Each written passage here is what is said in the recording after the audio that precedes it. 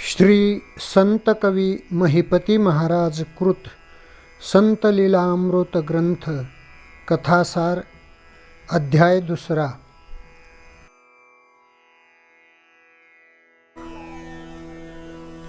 मैनावती दिवसेंदिवस अधिकच दुःखी कष्टी होत होती।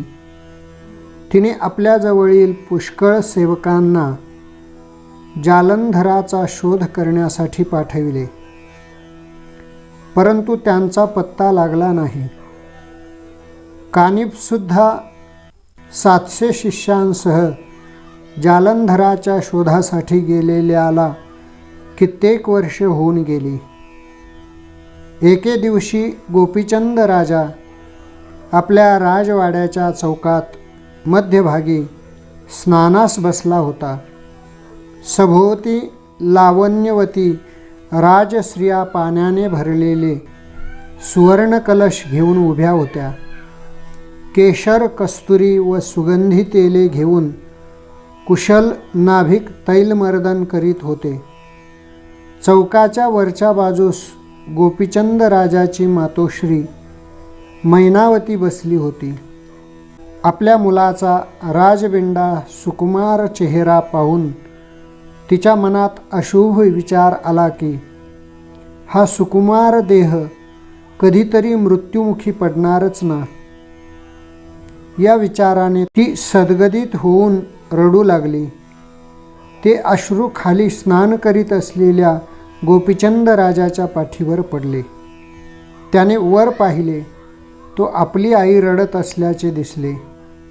तो ताबडतोब उठून आईकडे गेला व तिला म्हणाला, मातोश्री, तुला कोणी बोलले असेल किंवा तुझा कोणी अपमान केला असेल तर त्याचे नाव मला सांग, तू म्हणशील ती शिक्षा करतो। मैनावती म्हणाली, गोपीचंदा, मला कोणीही बोलले नाही किंवा माझा कोणी अपमान केलेला नाही। तुझा सुकुमार व सुंदर देह पाहून मी गलबलून गेले, कारण तो नश्वर असून कधीतरी मृत्युमुखी पडणार आहे, म्हणून मला दुःख झाले। राज्य व ही सर्व धनदौलत क्षणिक आहे। मृगजळाप्रमाणे विषय सुख असून त्या पाठी तू लागला आहेस।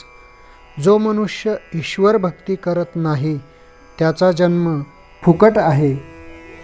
या सर्व मायामोहाचा तू त्याग कर आणि स्वतःच्या देहाचे सार्थक होईल असे काही कर, परंतु यासाठी चांगल्या सद्गुरूची आवश्यकता आहे, अन्यथा सर्व व्यर्थ आहे। आपल्या मातेचे हे अमृत मधुर बोलणे ऐकल्यानंतर गोपीचंद राजास पश्चाताप झाला व तो सद्गदित व पश्चाताप दग्ध अंतकरणाने म्हणाला, माते, नश्वर अशा या मृत्यूलोकाची अवस्था अशीच आहे। तेव्हा तू जे काही मला सांगशील ते मी करतो। त्यावर मैनावती म्हणाली, आता या ठिकाणी जालंधर महाराज असते तर मी तुझे शरीर अमर केले असते। जालंधराचा महिमा आठवून मैनावती रडू लागली। नंतर ती म्हणाली, गोपीचंदा, तू एकदा जालंधरांना राजवाड्यात आणले होतेस, तेव्हापासूनच जालंधरांचे दर्शन मला झाले नाही।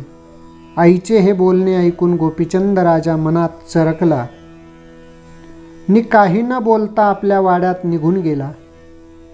मैनावतीचा गुरुबंधू कानिफ हा जालंधराच्या शोधासाठी निघून गेला होता। त्याची मैनावती वाट पाहत होती। एकदा जालंधराची गाठ भेट झाली की त्यांच्या चरणकमलावर आपल्या मुलास गोपीचंदास घालावे व त्याचे शरीर अमर करून टाकावे असे मैनावतीस वाटे। कानिफ आपल्याबरोबर 700 शिष्यांच्या प्रचंड समुदायासह अरण्यामध्ये निरनिराळ्या तीर्थक्षेत्रांमध्ये जालंधराचा शोध घेत होता, परंतु जालंधर कोठेही सापडेनात. 12 वर्षपर्यंत कानिफाने प्रवास केला, परंतु सर्व फुकट गेले. कानिफ अत्यंत चिंताग्रस्त झाला.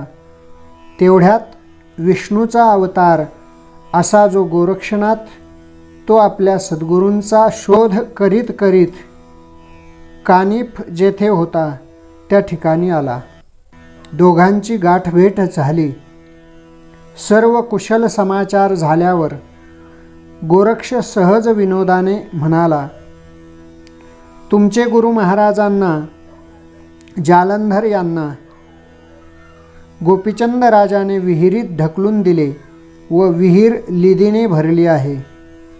तुमच्या गुरूंची अशी अवस्था झालेली असताना तुम्ही शिष्यांसह तीर्थयात्रा करीत आहात. मला खरोखरच फार आश्चर्य वाटते. गोरक्षनाथांचे हे वाक्ताडण ऐकून कानिफ आनंदित झाला. तो गोरक्षनाथास म्हणाला, तुझ्या गुरूंची काय स्थिती झाली आहे हे तुला तरी कोठे ज्ञात आहे.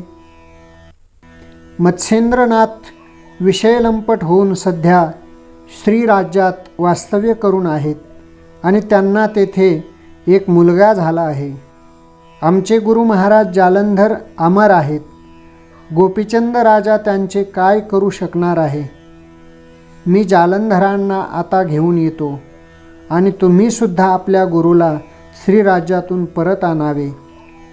हे बोलणे श्रवण करून गोरक्षनाथ म्हणाले, पिंजऱ्यात वायू असला तर त्याला कोंडले आहे असे काही म्हणता येत नाही. त्याप्रमाणेच माझ्या सद्गुरूंची स्थिती आहे. याप्रमाणे बोलणी झाल्यावर गोरक्षनाथ दक्षिणेकडे व कानिफ उत्तरेकडे निघून गेले. कानिफ आपल्या सर्व शिष्यांसह कांचनपुराजवळ आले व नगराबाहेर असलेल्या बागेत त्यांनी आपला मुक्काम ठोकला. अध्याय 2 समाप्त. पुंडलिका वरदा हरिविठ्ठल श्री ज्ञानदेव तुकाराम पंढरीनाथ भगवान की जय. माऊली ज्ञानेश्वर महाराज की जय. जगद्गुरु तुकाराम महाराज की जय. सद्गुरु जोग महाराज की जय. संत कवी महिपती महाराज की जय. सब संतन की जय.